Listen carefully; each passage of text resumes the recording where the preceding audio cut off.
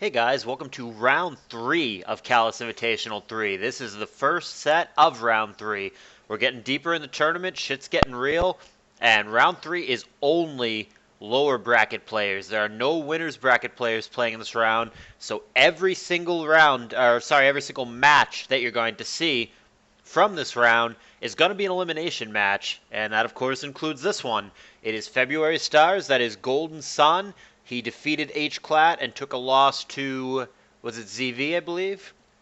And then Zomog, on the other hand, beat Markop in round 1, but then was defeated by, who did he get defeated by?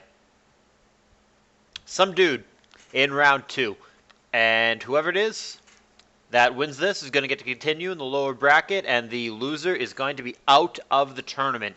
So here is game 1 in the best of 3 between these two gentlemen. February Stars, that is Golden Sun. He's on the bottom. Zomog's on the top. We've got a Scarm and a T-Tower respectively. Focus Punch right out the gate.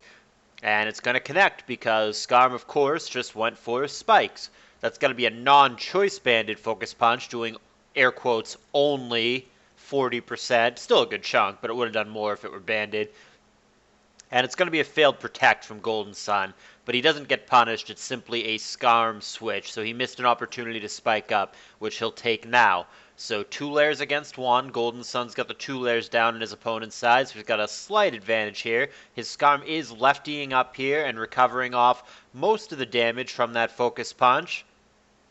3 layers against 2. Gengar coming in now, thinking it'll be a 3rd layer of spikes, which it is. So now they both have the maximum amount. No idea if either one is a spinner. They both still have a ton of unrevealed Pokemon here.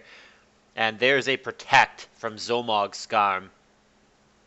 Will-O-Wisp, standard play here for Gengar. Just generically good against pretty much anything that could possibly come in, other than a Guts Poke or a Fire type.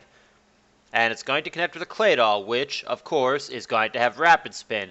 Whether or not it gets through the Gengar is a different story, but we'll find out. He does get burnt on the way in. T-Tar comes in, hoping to eat a Psychic aimed at Gengar. That is not what happens. It's Refresh here, but T-Tar still could be threatening here with Crunch or HP Bug or something along those lines. Rapid Spin is successful, so no more spikes beneath Zomog's team, but a 63% crunch, and now the threat of Pursuit in exchange for Golden Sun. Earthquake, decent chunk, 37%. Pursuit on a non-switch-out turn. He very well may have lived that if not for the critical hit, but the crit will secure the kill. So it's going to be the removal of spikes in exchange for the life of Claydol, leaving us in a 6-5 situation with February Stars being the 6. However, he has 3 layers of spikes beneath his team. How much that matters is yet to be seen because at least 3 of his Pokemon are immune. So Scarm on Scarm again. February Stars attempting to re-establish spikes. Zomog goes Jirachi to try to minimize that. There's layer number 1. If he's making the switch, it's got to threaten the Scarm in some way, whether it is Thunderbolt or, Thunder. Fire Punch is another thing that it could have. But he's going to show Thunder, not Thunderbolt, which if it hits is actually more likely to para than not para thanks to Serene Grace. But of course it needs to actually hit in the first place with that sketchy 70% accuracy. Zomog again goes Focus Punch with his lead T-Tar, 41%, comparable to last time. He'll eat a Toxic in exchange. He's going to go Focus Punch again, and it's going to be Spikes Layer number 2 as opposed to a Protect turn. Scarm is going to dip low for Golden Sun, down to 24, soon to be 30% after lefties, as the Toxic, the Poison rather, eats away at the T-Tar. Protect there is going to fail on the Rachi switch. We've seen only Thunder from it. It was blown out soon after last time, and it is just Thunder again. Possibly a Whirlwind there on a Calm Mind turn was what February Stars was hoping for. He goes Moltres here, so February Stars is not going to have a spinner because it just doesn't matter, because at least 4 of his Pokemon are simply immune to spikes anyway. And he's going to go Fire Blast with Moltres here. A previously unrevealed Blissey comes in for Zomog, takes it really, really well. Rachi is the last poke for February Stars. Full team revealed for him. 2 spikes vulnerabilities, 4 immunities, one of which is already down in the Scarm. 5-5 situation. Zomog has an unrevealed still. We could probably take a guess as to what that might be. There's a couple of things that would make sense in that spot, such as a bulky water. I guess it could be something like a Dugtrio, but I think a water makes a lot of sense. T-Tar comes in here on 3 layers of spikes. Blissey does not punish it, however. We end up with Tar on Tar, and the Wish is received for Golden Sun, bringing him back up to 87%, while Zomog's is still poisoned from before. Here comes Gengar trying to come in on EQ.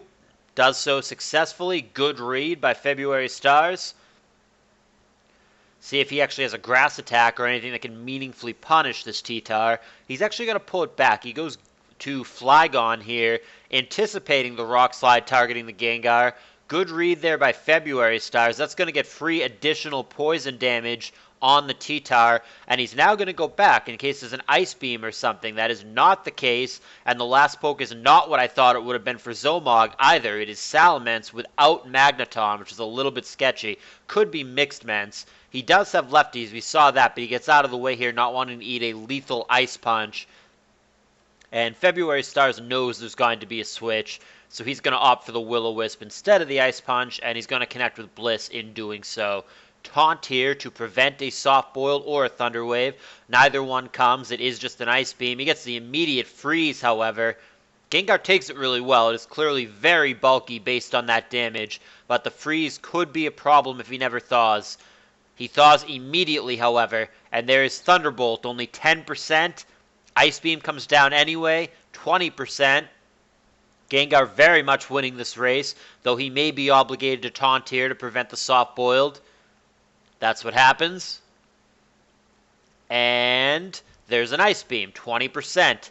Gengar, like I said, is winning this 1v1 at present. Blissey in danger here. Can't Soft Boil, doesn't want to switch and come in on spikes again. She's caught between a rock and a hard place. T-Bolt Ice Beam once again, fishing for that critter that freeze. Does not come. And now Blissey is dead. She will die whether she steps on spikes or whether she stays in. So it's damned if you do, damned if you don't.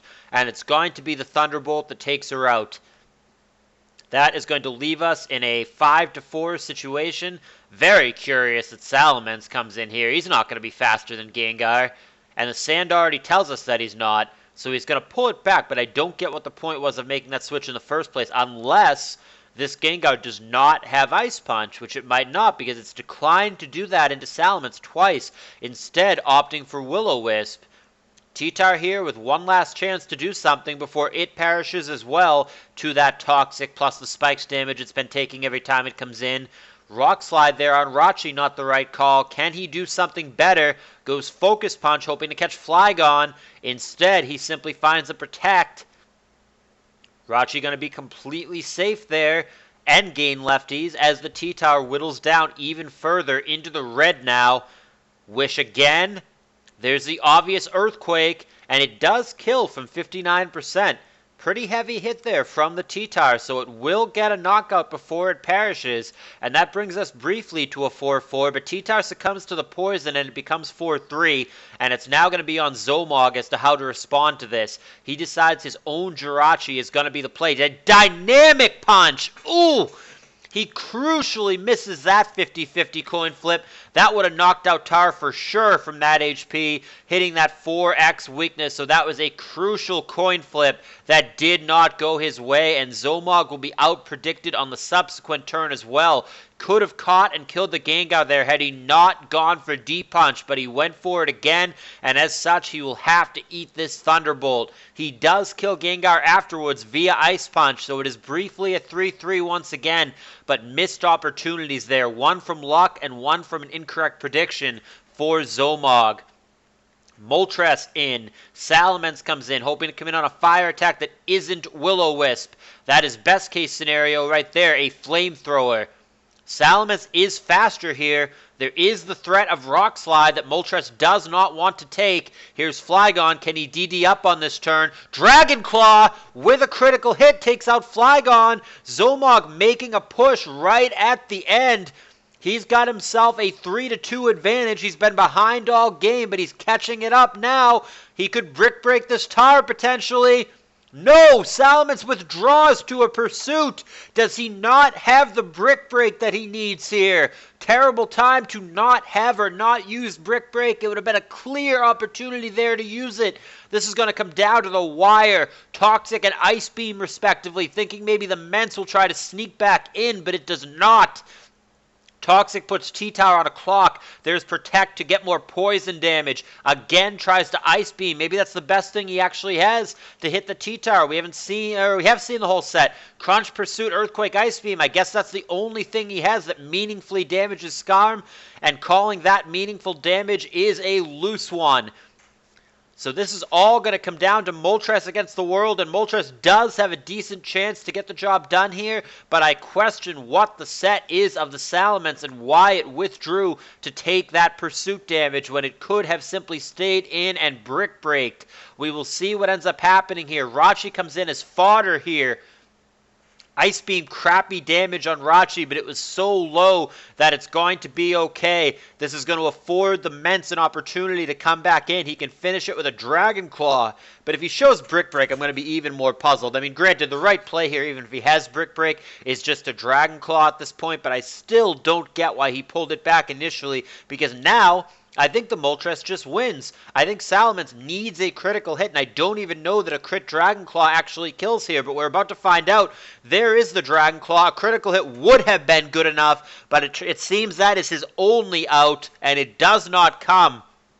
And as such, Moltres is going to clean it up. There is no chance that Skarm wins here. Faster Moltres will cook him with a flamethrower. Skarm will not survive and cannot Toxic Protect stall him out. He's going to try it. He might even have to 50-50 Protect here to even survive the initial flamethrower. I don't know this calc, and we also don't know if it is modest or timid Moltres. Based on being slower than Salamence, I would think that it's modest.